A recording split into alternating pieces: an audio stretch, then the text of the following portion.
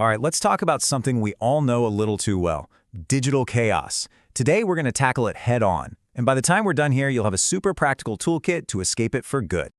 So, does this sound familiar? You're jumping between like a dozen different apps, you're drowning in notifications, and you're always searching for that one critical file. You know that feeling? You feel like you're being productive, but really you're just busy.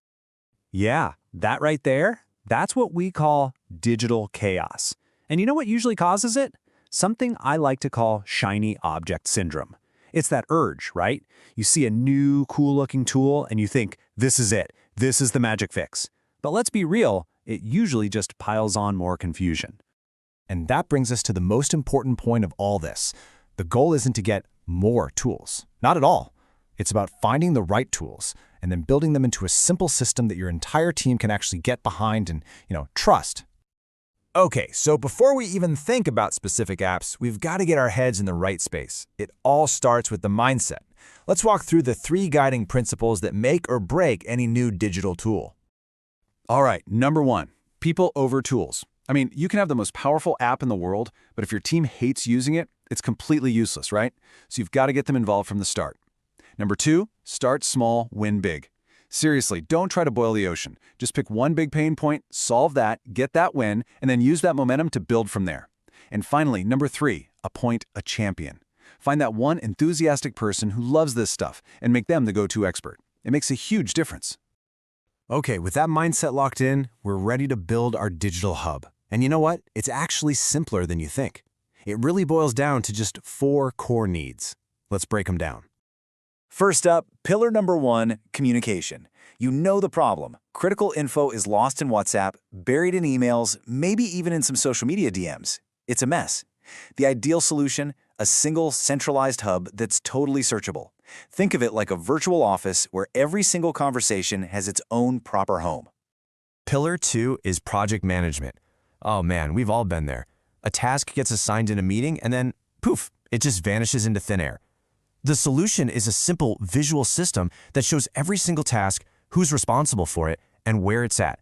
It's the difference between, wait, who was doing that again, and having absolute clarity.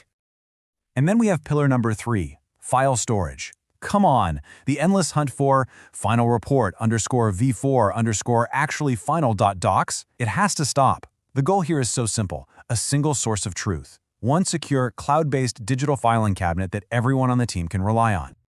And last but not least, pillar 4, finance. Let's get the budget out of one person's head or that one messy spreadsheet nobody can find. What you need is a simple, live, and shareable ledger for all your financial tracking. This isn't just about numbers, it's about transparency. It makes finance a team effort instead of one person's burden. So, now we know what we need to solve for. Let's get into the how. It's time to talk about some smart, simple choices for the tools that can become these pillars. When it comes to communication, the big 2 you'll probably look at are Slack and Discord. And honestly, the biggest difference between them is just the vibe. Slack feels more like a professional, focused digital office. Discord, on the other hand, is kind of like a community clubhouse. The right choice really just depends on your team's culture. Okay, for project management, let's look at Trello versus Asana. Trello is just beautifully simple. It's like a digital whiteboard with sticky notes you can drag and drop. Anyone can learn it in 5 minutes. Asana is more of a powerhouse. It's built for those really complex projects with lots of moving parts and dependencies. So it's really a trade-off. Do you need simplicity or do you need power? And hey, here's a little secret weapon for you, especially if you're a nonprofit.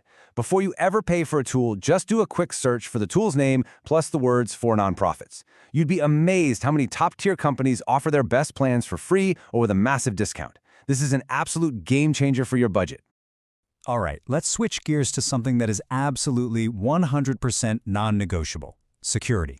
And look, this isn't just some boring IT checklist item. This is your duty of care. It's fundamental to building trust and protecting everyone involved in your work. First things first, forget passwords like summer 2025 exclamation point. The modern way, the best way to create a strong password that you can actually remember is to just string together 4 totally random words. Something like correct horse battery staple. It sounds silly, but it's incredibly hard for a computer to crack and way easier for a human to remember. So here are your 3 core defenses. Number 1, use a different, unique password for every single service. I know. Which brings us to number 2, use a password manager to keep track of them all. And number 3, and this is the big one, turn on two-factor authentication, or 2FA, everywhere you can. It's your ultimate shield. It means even if a hacker steals your password, they still can't get in without your phone. Yeah, just remember that number, 2, that second factor. It is such a simple step, but it adds a massive layer of protection. It literally turns a flimsy lock into a digital bank vault. And here's the golden rule for keeping your data safe within your team. It's called the principle of least privilege. It sounds fancy, but all it means is this. People should only have access to the exact things they need to do their job, nothing more. This one simple idea prevents so many accidents and keeps your important information locked down. Okay, so you've got the mindset down. You've picked your tools. You've secured everything. So what's the final piece of the puzzle? It's about turning all of this great thinking into a real, concrete commitment that everyone on the team actually understands and agrees to follow.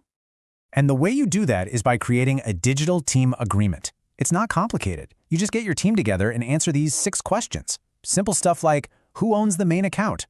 What's the process for new people? And a really important one, what's the checklist when someone leaves the team? Just by answering these, you create this super clear, one-page guide for how you all work together online. Because here's the thing. Once you've replaced the chaos with clarity, once your digital strategy is humming along, you stop talking about the tools. The focus shifts back to what really matters, your mission. So the real question to leave you with is this. With all this newfound time, clarity, and efficiency, what incredible things are you and your team going to achieve?